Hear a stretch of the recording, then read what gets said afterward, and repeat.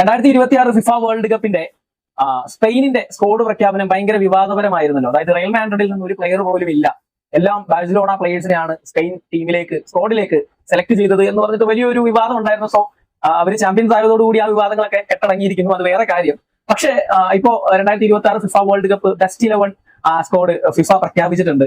ഇതിൽ ഏറ്റവും ഇൻട്രസ്റ്റിംഗ് ആയിട്ടുള്ള ഒരു കാര്യം എന്ന് പറയുന്നത് ഒരൊറ്റ ബാഴ്സലോണ പ്ലെയർ ആ സ്ക്വാഡിൽ ഇല്ല എന്നുള്ളതാണ്. എന്നാൽ 3 റയൽ മാഡ്രിഡ് പ്ലെയേഴ്സ് ഈ സ്ക്വാഡിൽ സ്ഥാനം പിടിച്ചിട്ടുണ്ട് എന്നുള്ളതും ഭയങ്കര രസകരമായിട്ടുള്ള സംഗതിയാണ്. അതായത് റയൽ മാഡ്രിഡ് പ്ലെയേഴ്സ് എന്ന് പറയുമ്പോൾ കിലിയൻ എംബാപ്പെ സ്ഥാനം പിടിച്ചിട്ടുണ്ട്, അതേപോലെ തന്നെ ജൂഡ് ബെല്ലിംഗ്ഹാം സ്ഥാനം പിടിച്ചിട്ടുണ്ട്, അതേപോലെ തന്നെ കുക്കറല്ല ഇപ്പോൾ സൈൻ ചെയ്തിട്ടേ ഉള്ളൂ റയൽ മാഡ്രിഡ്, എന്നാലും ഇപ്പോൾ കറന്റ്ലി റയൽ മാഡ്രിഡ് പ്ലെയർ ആണ്. 3 റയൽ മാഡ്രിഡ് പ്ലെയേഴ്സ് ഫിഫയുടെ ബെസ്റ്റ് ലെവലിലേക്ക് സ്ഥാനം പിടിക്കുമ്പോൾ ബാഴ്സലോണയുടെ ഒരു പ്ലെയറിന് പോലും അവിടേക്ക് സ്ഥാനം പിടിക്കാൻ കഴിഞ്ഞില്ല എന്നുള്ളത് ഭയങ്കര സങ്കടകരമായ ഒരു സംഗതി തന്നെയാണ്. സോ പിന്നെ ഞാൻ ഈ ബെസ്റ്റ് 11 എനിക്ക് ഏറ്റവും സന്തോഷം നൽകിയ ഒരു കാര്യം എന്ന് പറയുന്നത് ഗോൾ കീപ്പറാണ് കേട്ടോ.